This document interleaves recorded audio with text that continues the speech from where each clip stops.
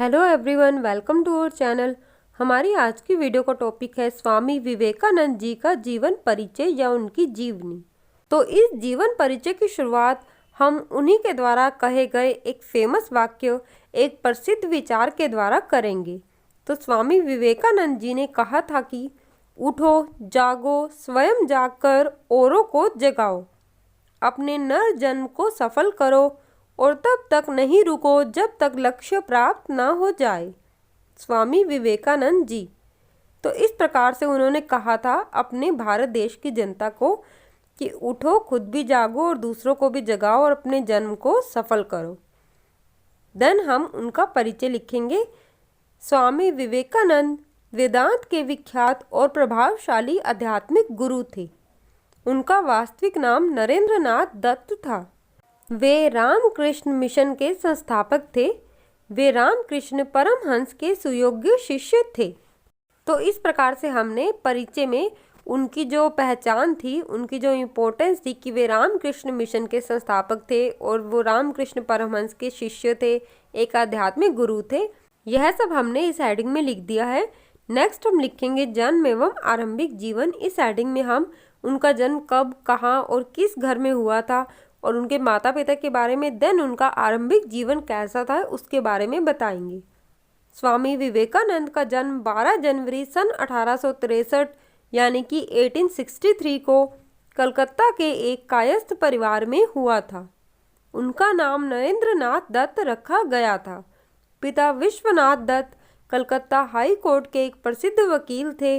उनकी माता भुवनेश्वरी देवी एक धार्मिक महिला थी। नरेंद्र के पिता और उनकी मां के धार्मिक, प्रगतिशील व तर्कसंगत रवैये ने उनकी सोच और व्यक्तित्व को आकार देने में काफ़ी मदद की। यानी कि स्वामी विवेकानंद जी का जो व्यक्तित्व निर्माण हुआ उसमें उनके माता पिता के धार्मिक और प्रगतिशील विचारों की बहुत बड़ी भूमिका रही। नेक्स्ट हम लिखेंगे बचपन से ही नरेंद्र अत्यंत कुशाग्र बुद्धि थे। वो बहुत ही तीव्र बुद्धि के स्वामी थे। उनके घर में नियम पूर्वक रोज पूजा पाठ और पुराण, रामायण, महाभारत आदि की कथा का वाचन होता था। माता पिता के संस्कारों और धार्मिक वातावरण के कारण बालक के मन में बचपन से ही ईश्वर को जानने और उसे प्राप्त करने की लालसा दिखाई देने लगी थी। तो इस टाइप से हमने उनका आरंभिक जीवन लिख दिया। देन हम आगे लिखेंगे शिक्षा। सन 1871 में यानी कि 1871 में जब नरेंद्र नाथ 8 वर्ष के थे, उन्होंने ईश्वरचंद्र विद्यासागर के मेट्रोपॉलिटन संस्थान में दाखिला लिया, जहां वे स्कूल गए। 1879 में 1879 में इन्होंने प्रेसिडेंसी कॉलेज में दाखिला लिया। उनकी रुचि दर्शन, धर्म, इतिहास, सामाजिक विज्ञान, कला, साहित्य, वेद, उपनिषद, भगवत गीता, रामायण, महाभारत और पुराणों के अतिरिक्त अनेक हिंदू शास्त्रों में गहन रुचि थी।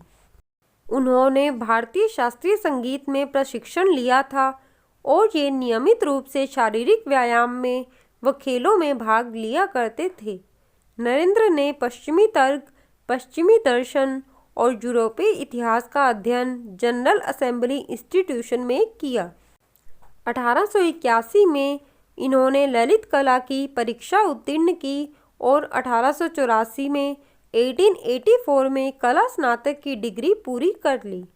नरेंद्र ने बहुत से लेखकों के कामों का अध्ययन किया। उन्होंने स्पेंसर की किताब एजुकेशन का बंगाली में अनुवाद किया। पश्चिम दार्शनिकों के अध्ययन के साथ ही इन्होंने संस्कृत ग्रंथों और बंगाली साहित्य को भी सीखा। तो इस टाइप से हमने उनके एजुकेशन, उनकी शिक्षा के बारे में लिख दिया है। देन आगे हम लिखेंगे विवेकानंद जी पर ब्रह्म समाज का प्रभाव। 1880 में नरेंद्र ईसाई से हिंदू धर्म में रामकृष्ण के प्रभाव से शामिल हुए। जीवन के प्रारंभिक वर्षों में परिवेश के कारण नरेंद्र का परिचय पश्चिमी आध्यात्मिकता के साथ हो गया था, परंतु उनके प्रारंभिक विश्वासों को ब्रह्म समाज ने, जो एक निराकार ईश्वर में विश्वास और मूर्ति पूजा का प्रतिवाद करता था, ने प्रभावित किया और सुव्यवस्थित, युक्ति संगत, अद्वैतवादी अवधारणाओं, धर्मशास्त्र, वेदांत और उपनिषदों के एक चयनात्मक और आधुनिक ढंग से अध्ययन पर प्रोत्साहित किया। देन आगे हम लिखेंगे विवेकानंद जी की यात्राएं। 25 वर्ष की अवस्था में उन्होंने गेरुआ वस्त्र धारण कर लिए थे। तत्पश्चात उन्होंने पैदल ही पूरे भारतवर्ष की यात्रा की। विवेकानंद ने 31 मई 1893 को अपनी यात्रा शुरू की और जापान के कई शहरों का दौरा किया। चीन और कनाडा होते हुए अमेरिका के शिकागो पहुँचे। सन 1893 में शिकागो में विश्व धर्म परिषद हो रही थी। स्वामी विवेकानंद उसमें भारत के प्रतिनिधि के रूप में पहुँचे। उस परिषद में उनके विचार सुनकर सभी विद्वान चकित हो गए। 3 वर्ष वे अमेरिका में रहे।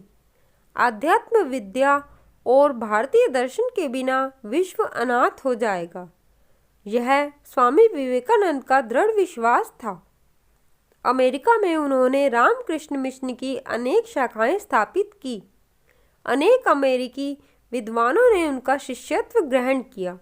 मीन्स कि बहुत सारे अमेरिकी विद्वान थे, वहाँ के लोग थे जो उनके शिष्य बन गए। वे सदा अपने को गरीबों का सेवक कहते थे। भारत के गौरव को देश देशांतरों में उज्जवल करने का उन्होंने सदा प्रयत्न किया। देन नेक्स्ट हमारा हेडिंग है विवेकानंद जी का प्रबल व्यक्तित्व। इस हेडिंग में हम उनके व्यक्तित्व के बारे में बताएंगे, उनके व्यक्तित्व की खूबियों की चर्चा करेंगे। वे केवल संत ही नहीं, एक महान देशभक्त, वक्ता, विचारक, लेखक और मानव प्रेमी भी थे। महात्मा गांधी को आज़ादी की लड़ाई में जो जन समर्थन मिला वह विवेकानंद जी के आह्वान का ही फल था। इस प्रकार वे भारतीय स्वतंत्रता संग्राम के भी एक प्रमुख प्रेरणा के स्रोत बने। जिस समय भारत गुलाम था उस समय स्वामी विवेकानंद जी ने भी बहुत से भारतीयों को प्रोत्साहित किया था महात्मा गांधी का समर्थन करने के लिए या फिर आज़ादी की लड़ाई में भाग लेने के लिए। तो इस प्रकार से उनका भी आज़ादी की लड़ाई में बहुत महत्वपूर्ण योगदान रहा। आगे हम लिखेंगे उनका विश्वास था कि पवित्र भारतवर्ष धर्म एवं दर्शन की पुण्य भूमि है। यहीं बड़े बड़े महात्माओं व ऋषियों का जन्म हुआ। यही संन्यास एवं त्याग की भूमि है। विवेकानंद बड़े स्वप्न दृष्टा थे, मीन्स स्वप्न देखने वाले थे। उन्होंने एक ऐसे समाज की कल्पना की थी जिसमें धर्म या जाति के आधार पर मनुष्य में कोई भेद न रहे। विवेकानंद को युवकों से बड़ी आशाएं थी। आज के युवकों के लिए इस ओजस्वी सन्यासी का जीवन एक आदर्श है। तो इस टाइप से हमने उनके व्यक्तित्व के बारे में यहाँ पर लिखा है। देन लास्ट में हम उनके जीवन के अंतिम दिन जो उनकी मृत्यु हुई थी उसके बारे में बताएंगे। उनके शिष्यों के अनुसार जीवन के अंतिम दिन 4 जुलाई सन 1902 को भी उन्होंने अपनी ध्यान करने की दिनचर्या को नहीं बदला और प्रातः 2-3 घंटे ध्यान किया और ध्यानावस्था में ही उन्होंने महासमाधि ले ली। बेलूर में गंगा तट पर चंदन की चिता पर उनकी अंत्येष्टि की गई।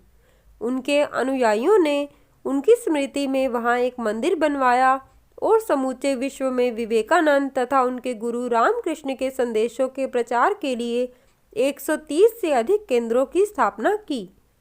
39 वर्ष के संक्षिप्त जीवन काल में स्वामी विवेकानंद जो काम कर गए वे आने वाली अनेक शताब्दियों तक पीढ़ियों का मार्गदर्शन करते रहेंगे।